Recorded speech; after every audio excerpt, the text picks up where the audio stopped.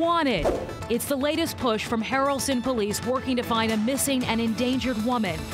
Take a good look at who police are calling a person of interest. Police say Jeffrey Odom was the last to see 31-year-old Jessica Earl before she disappeared on June 6 near Tallapoosa, Georgia. So far, 2 people have been arrested on charges related to the case, hindering apprehension and harboring a fugitive.